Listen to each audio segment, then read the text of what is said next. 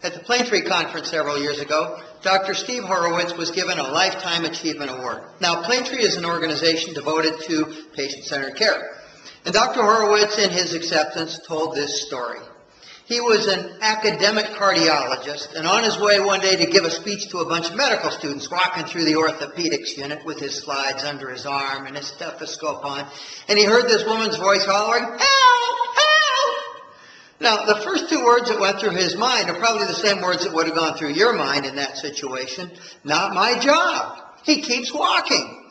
So he walks on a little farther and hears, "Help! Help!" And he stops, looks up and down the corridor. There's no one there. Now the three words that go through his mind, same three words that would have gone through yours. Where's the nurse? He keeps walking. "Help! Please!" Finally, he stops, turns around, goes into the patient's room, and there is a woman in 4-point traction. And there's an overbed table in front of her with a cup of juice and a straw sticking out 8 inches away from her mouth. And she's going like, "Help! Help!"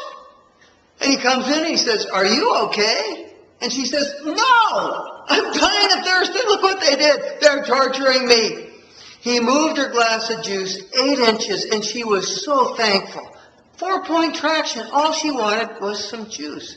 And he said it hit him just like that. This is why I became a doctor. Not so I could write academic medical journal articles and give speeches to medical students, but so I could help people. And it doesn't matter if they're on orthopedics or cardiology or wherever. That's my job.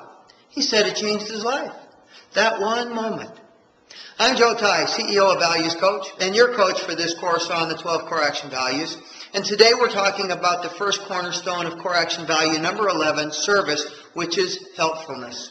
And I'd like to share with you 4 things that could help you be a more helpful person. And the first is a principle from AA, Alcoholics Anonymous, called mutuality.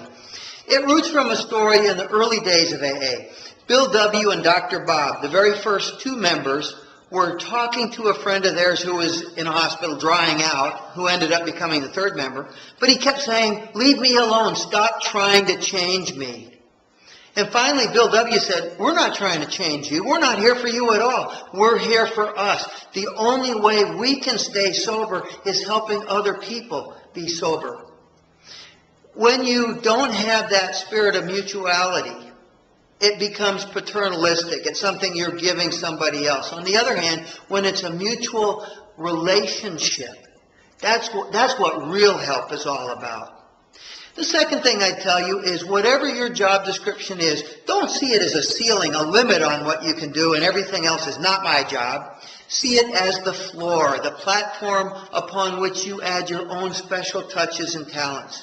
That might mean spending less time gossiping, complaining, and whining because you're spending more time working. And that gets me to the third thing. Tom Peters, one of the great writers on business, said, "You are your projects." He said everybody has the same job description. And you know, I read lots of resumes, and they read just like job descriptions. How do you stand out? You stand out by the projects you volunteer for, the things that are above and beyond your job description. And you know what? Those also happen to be not only the things where you make the best contribution to your organization, they tend to be the things that help you stand out in a crowd and, more important, help you grow as a person.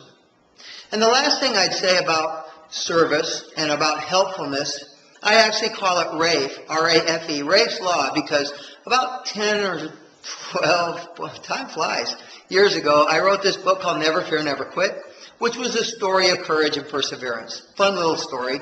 Actually hit the bestseller list in Japan. And one of the things Rafe said is this: whatever you most need in life, the best way for you to get it is to help someone else get it who needs it more than you do. If you need money, help somebody else make money. You need a job, help somebody else find a job. You need a hug, what do you have to do? You have to give somebody else a hug. Now tomorrow we're going to talk about what I see as the sister principle to helpfulness, and that is charity. I think those two go hand in glove. But for today, let me ask you this. What is it you most need, and how can you help somebody else get it who needs it more than you do? I'm Joe Tye. See you tomorrow.